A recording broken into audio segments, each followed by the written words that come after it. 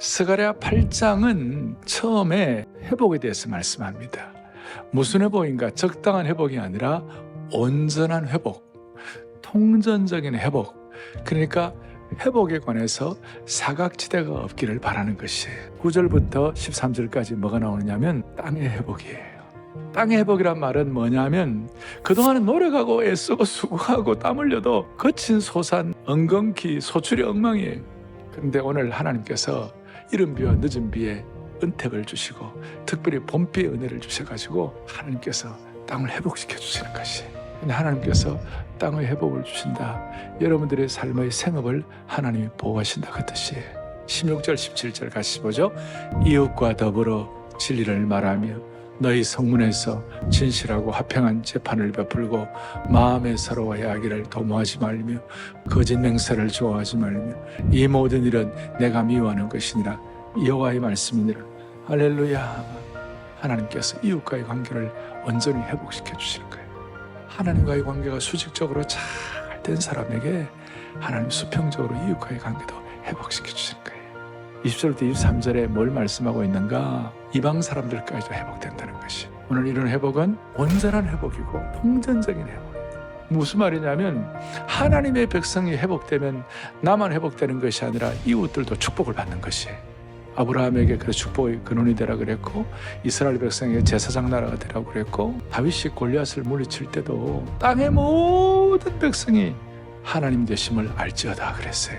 이스라엘 백성들이 요단강을 건너 가나안 땅에 들어갈 때도 땅의 모든 백성이 하나님의 하나님 되심을 알지어다. 구약에 맹맥히 흐르는 회복의 중요한 것이, 그러니까 우리가 회복되어 가지고 주위가 복을 받는 것이.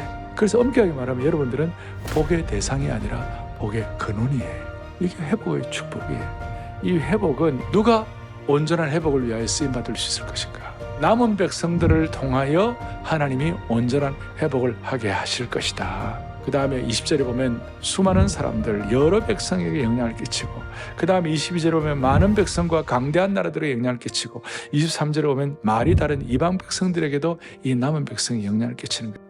그럼 이 남은 백성이 뭐냐? 구약에서는 거룩한 그루터기다, 남은 자다, 남은 백성이다. 이것을 우리식으로 말하면 말씀을 통하여 사명받은 사람.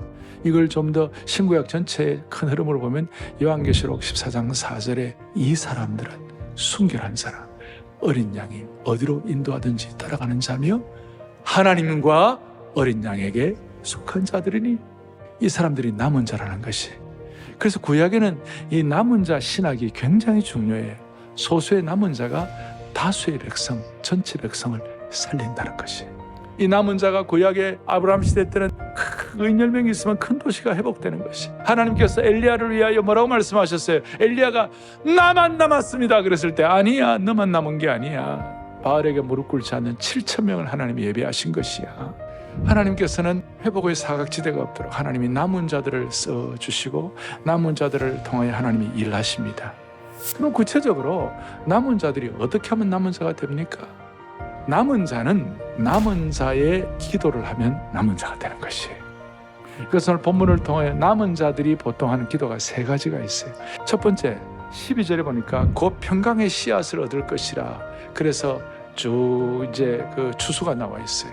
개역 성경에서는 평안한 추수를 얻을 것이라 그래서 첫 번째 남은 자의 기도 제목은 뭐냐면 남은 자는 영적 추수를 위해 기도하는 것입니다. 뒤에 21절에 보니까 이 성읍 주민이 저 성읍에 가서 이르기를 우리가 속히 여호와를 찾고 여호와께 은혜를 구하자면 나도 가겠노라. 영적 추수예요.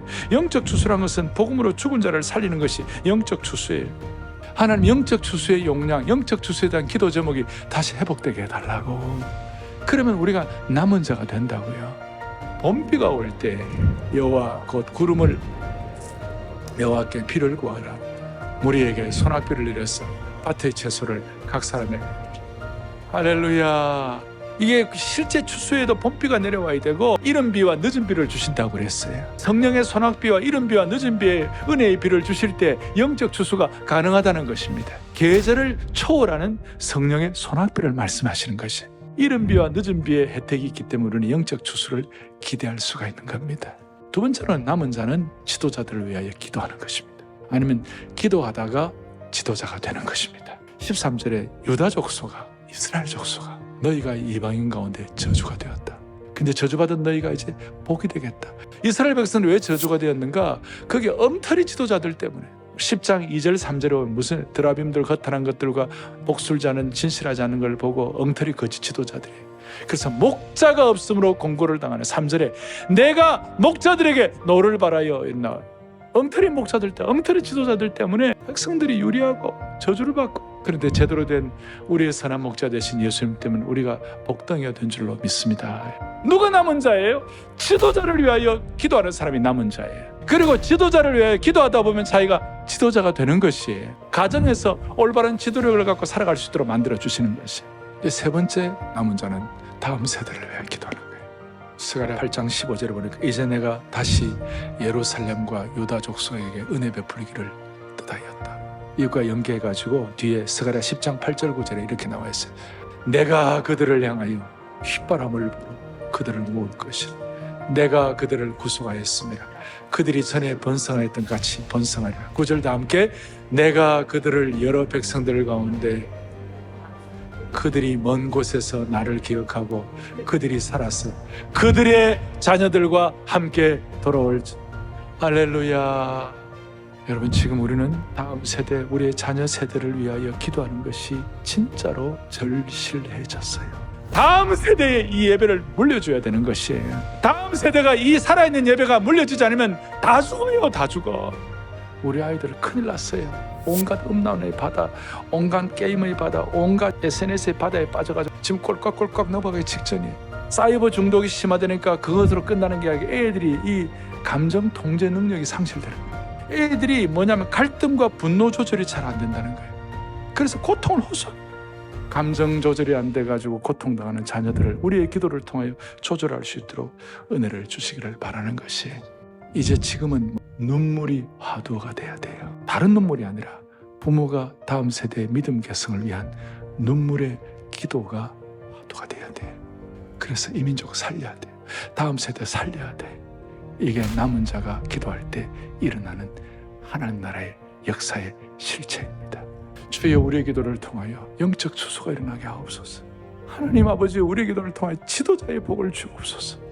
주여, 우리의 기도를 통하여 다음 세대가 살게 하여 주시옵소서.